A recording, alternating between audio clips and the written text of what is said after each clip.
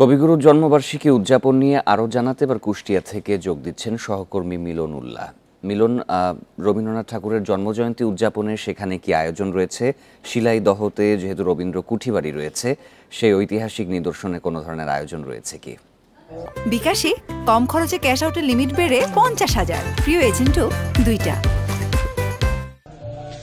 হ্যাঁ, আসলে আজকে 25শে বৈশাখ কবিগুরু রবীন্দ্রনাথ ঠাকুরের 163তম জন্মবার্ষিকী। এই জন্মবার্ষিকী উপলক্ষে কিন্তু এখানে 2 দিন ব্যাপী আলোচনা সভা এবং সাংস্কৃতিক অনুষ্ঠান এবং কবিগুরুর জীবনকর্মের উপরে নাটিকা প্রদর্শনের মাধ্যম দিয়ে কিন্তু এই কবিগুরুকে স্মরণ করা হচ্ছে। তো আসলে এই জায়গাটিতে এখন একটি সাজ রব বিরাজ করছে।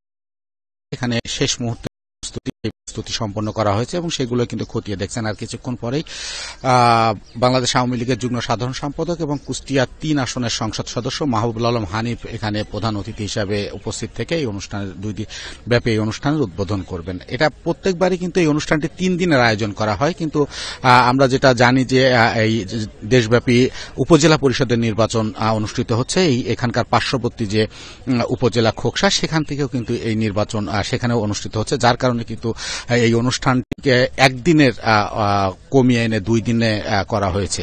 তো আসলে এখন পর্যন্ত এখানকার সমস্ত প্রস্তুতি সম্পন্ন করা হয়েছে। আমরা আইন শৃঙ্খলা বাহিনীর সদস্যদের সাথে কথা বলেছি, তারা যেমনটি জানিয়েছেন যে আসলে এই অনুষ্ঠানকে নির্বিঘ্নে করতে কিন্তু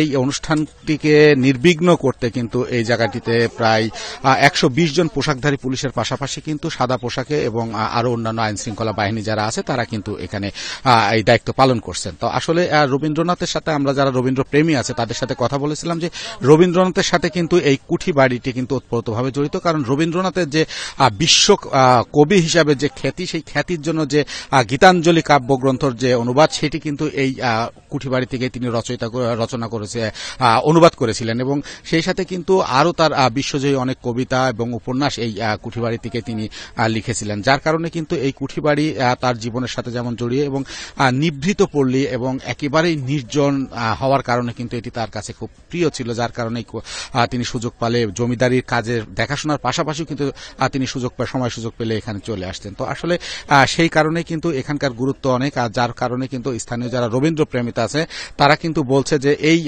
কুঠিবাড়িকে পূর্ণাঙ্গ রূপে যে পর্যটন কেন্দ্র ঘোষণা করার দাবি তাদের, যেটা আসলে তারা দীর্ঘদিনের দাবি, এবং আজকের যে অনুষ্ঠান, এই অনুষ্ঠানের মধ্য দিয়েও তারা কিন্তু এই দাবি তুলেছেন। তো এই ছিল কুষ্টিয়ার যে 25শে বৈশাখ অনুষ্ঠান মালার সর্বশেষ সংবাদ। রবীন্দ্র জয়ন্তী উদযাপনের খবর কুষ্টিয়া থেকে জানাচ্ছিলেন সহকর্মী মিলন উল্লাহ।